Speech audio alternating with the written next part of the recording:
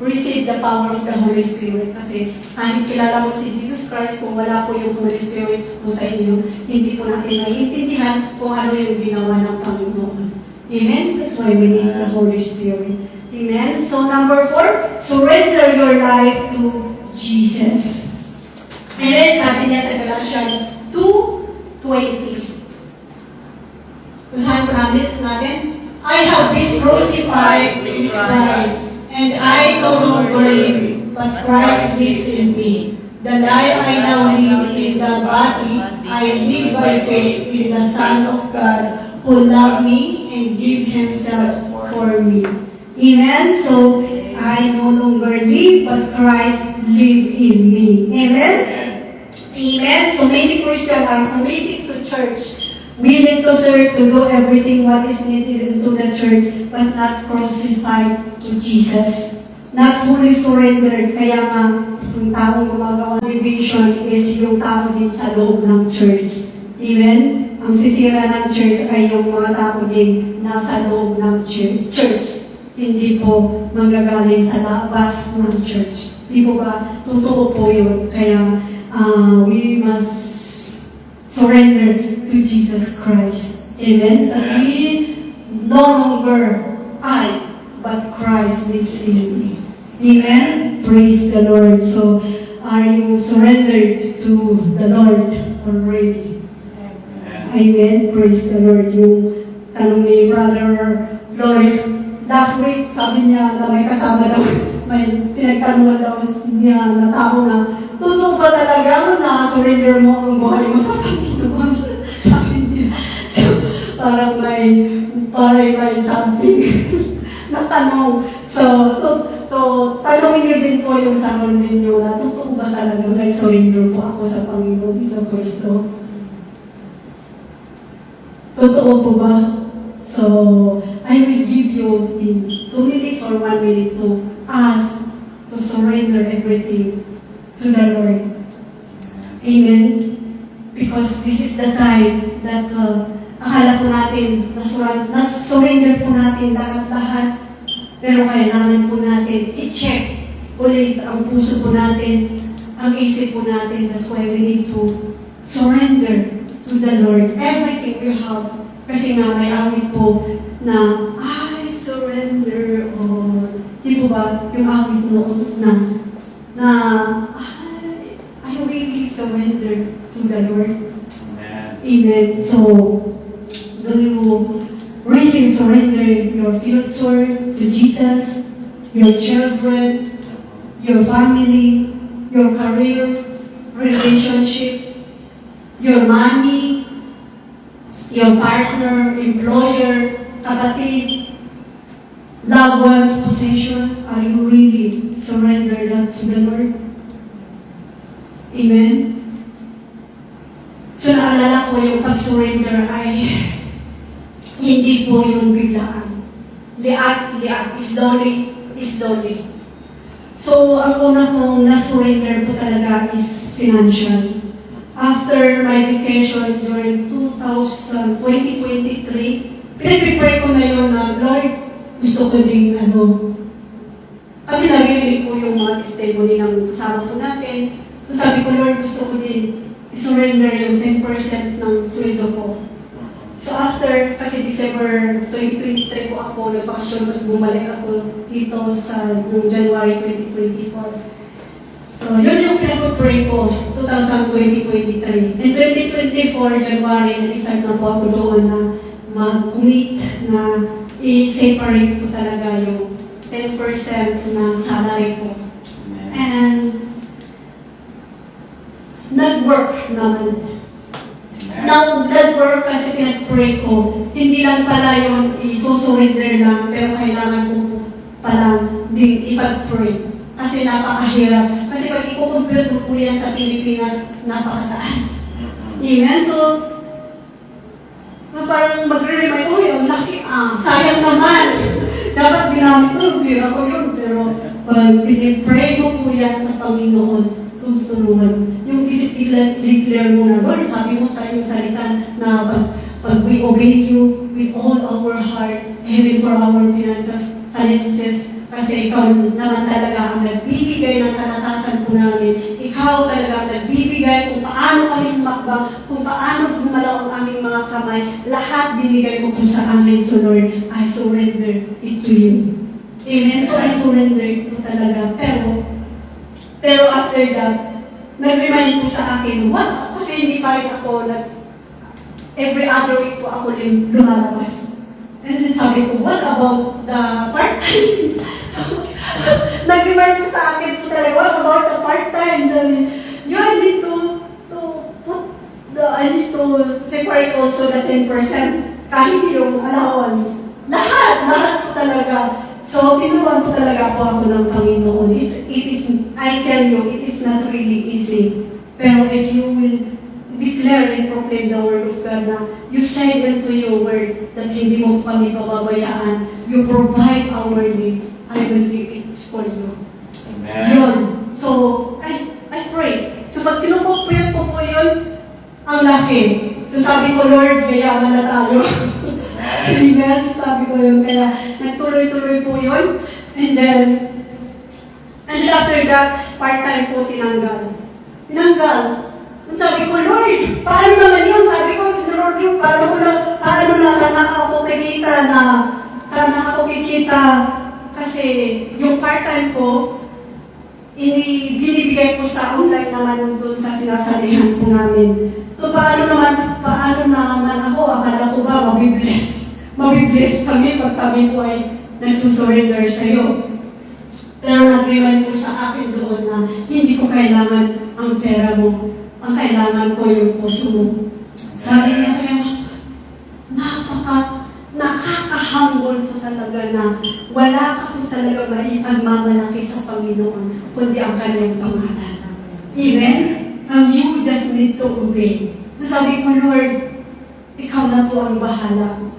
Kaya, sometimes nakakatakot, nakakakaba ang yung nagre-remind po sa iyo ng Panginoon. But you just need to obey because we are now living in Christ. We are not living in the old one, but we are living in the new one. Amen? So, surrender to Jesus Christ. By surrendering Him, we will experience freedom, joy, peace, and love. Amen? To serve the Lord in Jesus' name. Amen? So, totoo po yun. If we are surrendered, na kahit may mga problema, if we are with the Lord, hindi po natin napapansin po yun. Pero focus pa rin po tayo sa Panginoon. Yes, mararamdaman po tayo, pero lagi po natin iniisip yung promise ng Panginoon na focus, continue, dahil ako ang kailangan ko, hindi sila. Amen? So, praise the Lord. So, no longer I, but Christ who lives in me. Amen? So, number 5, confess and repent. 1 John 1:9. It's not 19. Yes, 9.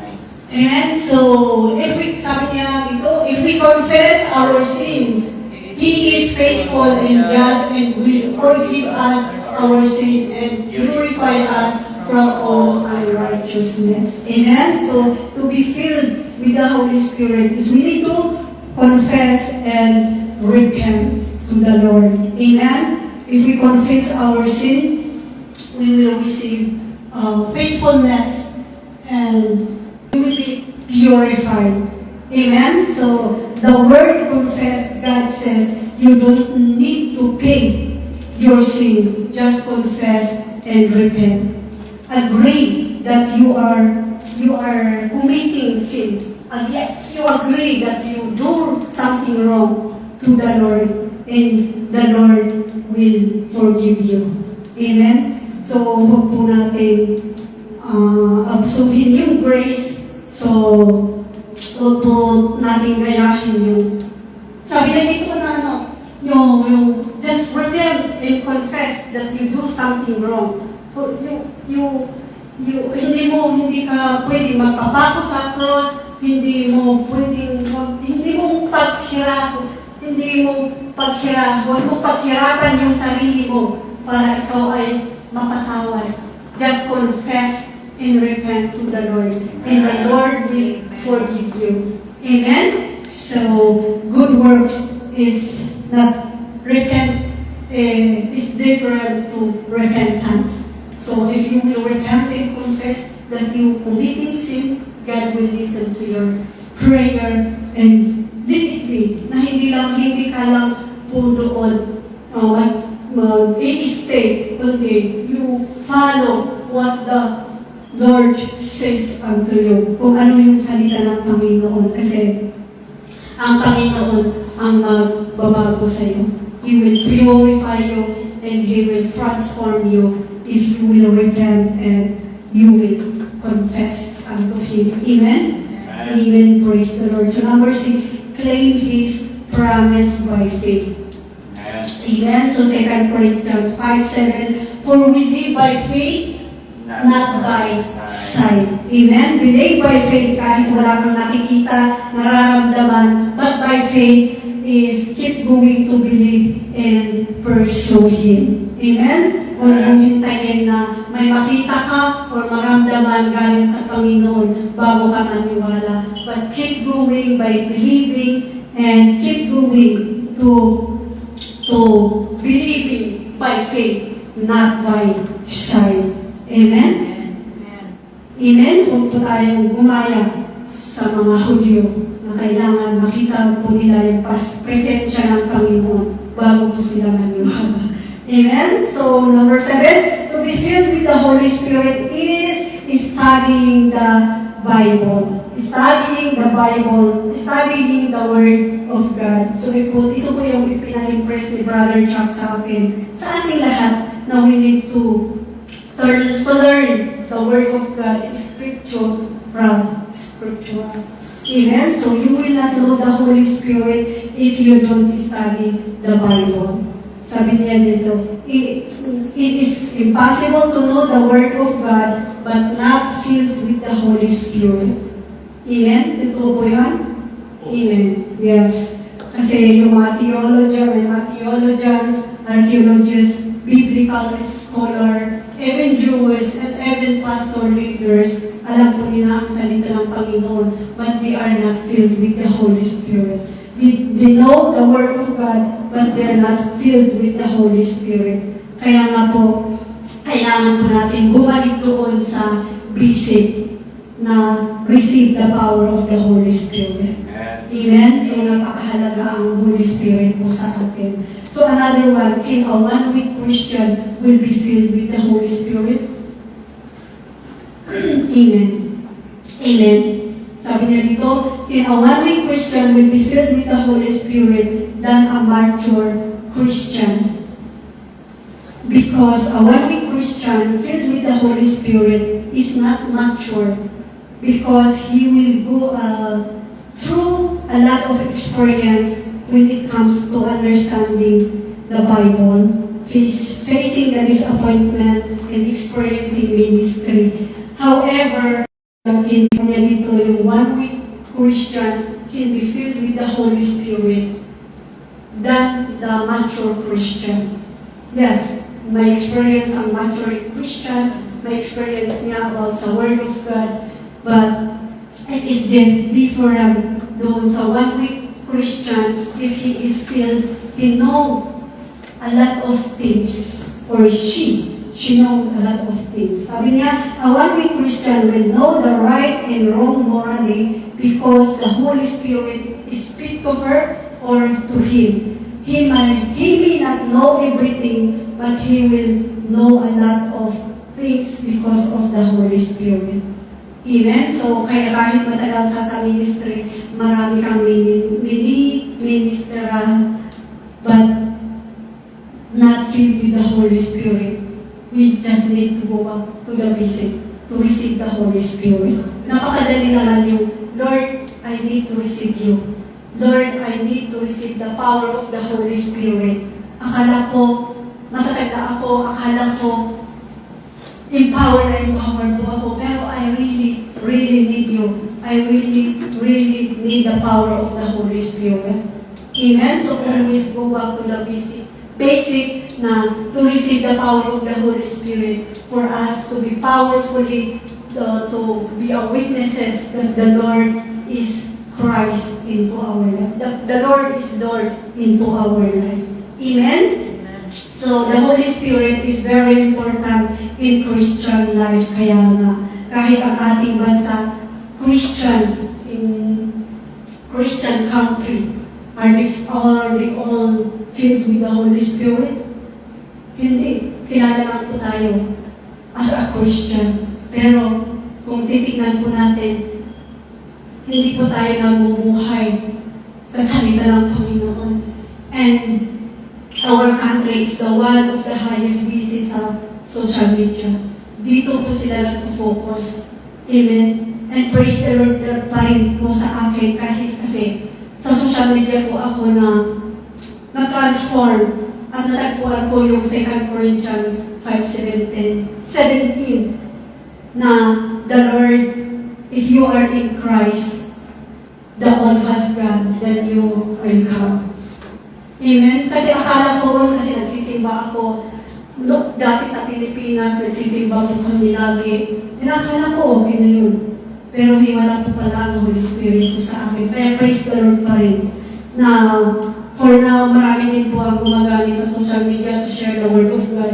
And I hope that each of one, kahit saan matatagpuan po natin ang banal na Espiritu sa pamamagitan ng salita ng Panginoon. Kasi sabi nga doon sa Acts 1:8, if we are empowered with the Holy Spirit, we will become witnesses that the Lord is Lord. Through Samaria, wherever we are, the Holy Spirit will convict us, will touch our heart to focus to the Lord. Amen? Kasi akala ko nga Christian po ako, pero wala pa pala akong alam about the Word of God. Kaya ako nagpupukas kung paano ako yumaman para tumulong sa ibang tao. So, the mindset is good, pero hindi po yung kailangan ng Panginoon. Ang kailangan niya is to serve Him. Dahil He blessed na tayo. Na-bless niya po tayo. And we just need to receive that through the power of the Holy Spirit. Amen? Amen. Praise the Lord. So, let us continue to receive the power of the Holy Spirit. Sinabi nila na dito is evidence if you are filled with the Holy Spirit. Amen? So number 1, you become bold to speak the Word of God. Amen? You become bold to speak the Word of God. Amen? So ma-persecute ka man, mag-isa ka man, you have still joy, love to speak the Word of God. You have bold to speak the Word of God. Amen? So kahit na-squeeze ka, sa pag-share mo ng salita ng Panginoon, pag ikaw ay gipit, naiipit ka, hindi ka pa rin natatakot kasi the Holy Spirit is in you. Amen? Dahil naniniwala ka na Holy Spirit will help you. Kasi that is biblical. Sabi na doon, hindi ko alam kung ano yung verse na yun. Sabi doon na, do not worry if may nangyari po sa inyo dahil ang Holy Spirit ang tutulong sa iyo. Amen? That's why, don't worry to be bold to speak the Word of God. Amen? So, pag tayo po ay squeeze, the fruit of the Holy Spirit pa rin ang lalabas po sa atin. Kaya, yan, Galatians 5:22. Nakita po natin yan kanina. Amen? So, love, joy, peace, forbearance, self-control, faithfulness, kindness, patience, humility. Amen? So, let us evaluate ourselves if the Holy Spirit lives in our heart at magpadurog po tayo sa banal na Espiritu. Amen? So, number 2, Holy Spirit controls your life. Hindi ikaw ang nagko-control ng buhay mo. Kung ikaw ang nagko-control ng buhay mo, you are not in the Holy Spirit. You make your own decision. Amen? So, kung may problema lang, nagpahila ka na sa tinig ng ibang tao, that is not, hindi po yun tinig ng banal na Espiritu. Dahil baka ang banal ng Espiritu, i-improve pala yung pagmamahal mo to serve the Lord. Pero, nagpa-distract ka. Amen? Kaya, magpakontrol po tayo sa banal na Espiritu. Amen? So, let us control with the Holy Spirit. Amen? So, number 3, you depend on God's power and His righteousness. Amen? So, you trust Him na kaya kang gamitin na kahit imposible. Amen? Naniniwala ka sa kanyang kapangyarihan. Amen? Huwag mong isipin na, hindi ko kaya. Okay, kahit isipin mo na hindi mo kaya, pero sabihin mo din, declare mo din, Lord, help me. Dahil ikaw lamang ang makakatulong dito. Ikaw lamang ang makakatulong po sa akin. Di po ba? Amen? Ituloy po natin yung emotion po natin na hindi natin kaya. But i-declare po natin, Lord, I surrender it to you. With you, we can do it. Di po ba? So, we will depend on God's power. Amen? So, number 4, you need peace, satisfaction, love, joy, in peace. Doble. So, hindi ka kinukulang, kaya nga, lagi natin i-desire ang fruit of the Holy Spirit. Amen? Lagi kang blessed na kahit wala kang pera. Feeling mo pa rin, blessed na blessed. Feeling mo pa rin, pamamayaraw mo ang langit at lupa because you are with Christ. Amen? That is the promise of the Lord. If you are with me, mamanahin mo ang langit at lupa. Yun, sinabi niya yun. Amen? So don't worry if you will give to the Lord your 10% salary. Amen? Believe that Lord will provide everything for you. Even for your family, He will bless you. Amen? He will bless them also. Amen? And that's my praying ko talaga. Kasi sabi ko, Lord, kasi kahit sa employer ko, nalulugi pa rin ako. Nalulugi pa rin ako sa pagbibigay ng stay. Kaya nga, ayaw ko na mag-stay. Pero napagpilitan kasi walang magawa. Naluloko din po ako sa pagbibigay po nila ng allowance. Pero Lord, sabi ko, bakit naman? Expect to them that you will give supernatural, willingly, my allowance and my stay. Amen? So, pinag-pray ko po yun, even my family na, mabibless po sila. And, we have that self-control. We just need to be patient to wait the answer prayer. Mali yung English ko. Amen? So we just need to be patient na hitayin po natin yung answer prayer po natin. Amen? Kasi baka may dinedevelop ang Panginoon sa atin. Yung patient at yung self-control. Amen? So, number 5, you always witness that Jesus Christ is Lord in your life. Amen. You are sensitive that you are now in Christ. Sensitive that you are now in Christ. Amen? You are full of hope in Christ. Punong-puno ang pag-asa mo sa Panginoon. At tiwala mo sa Panginoon. Hindi ka nagtitiwala sa ibang tao or sa promise ng ibang tao or doon, hindi ka magtitiwala doon sa savings mo, yung ipinundar mo, but only to Jesus Christ through the power of the Holy Spirit. Amen? So be filled with the Holy Spirit. It is not by force, feeling, emotion, but a divine God presence of God. Amen? It is the presence of God who empower us, who guide us, who comfort us, and who is always with us. Amen? So without the Holy Spirit,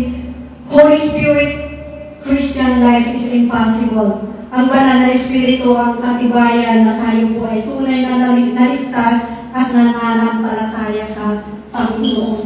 Amen? So kaya makipagkaibigan po tayo sa banal na Espiritu. Makipag-partner po tayo sa banal na Espiritu dahil siya lamang po ang tutulong po sa atin. And if we are with Him, we are always in victory. Amen? Panalo po tayo lagi. Di po ba, yung mga testimony niyo kanina, you are always safe. Amen? You are always protected because of the power of the Holy Spirit. Kaya sabi niya dito sa John 14:26, But the advocates, the Holy Spirit, whom the Father will send in my name, will teach you all things and will remind you of everything I have said. So ito po yung conclusion po natin na Holy Spirit will always remind and teach you kung ano yung ginawa ng Panginoon dito sa lupa. Amen? Kaya nga po pag tayo po ay nagbabasa, tayo po ay nakikinig ng salita ng Panginoon, may nare-remind po sa atin na salita ng Panginoon.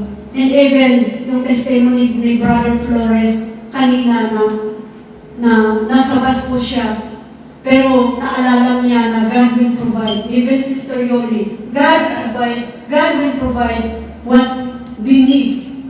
Amen? It is because of the Holy Spirit.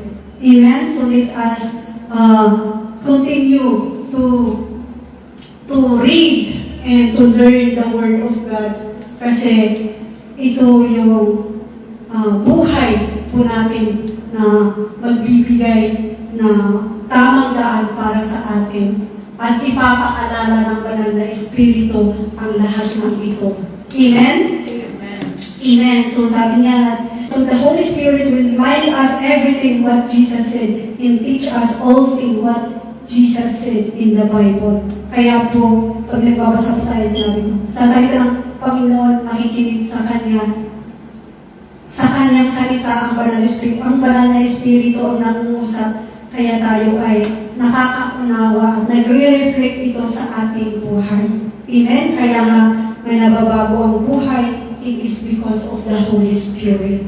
That is her work. Amen? So, ang field ng Holy Spirit ay yung puno ng salita ng Panginoon at ipinapamuhay niya ito.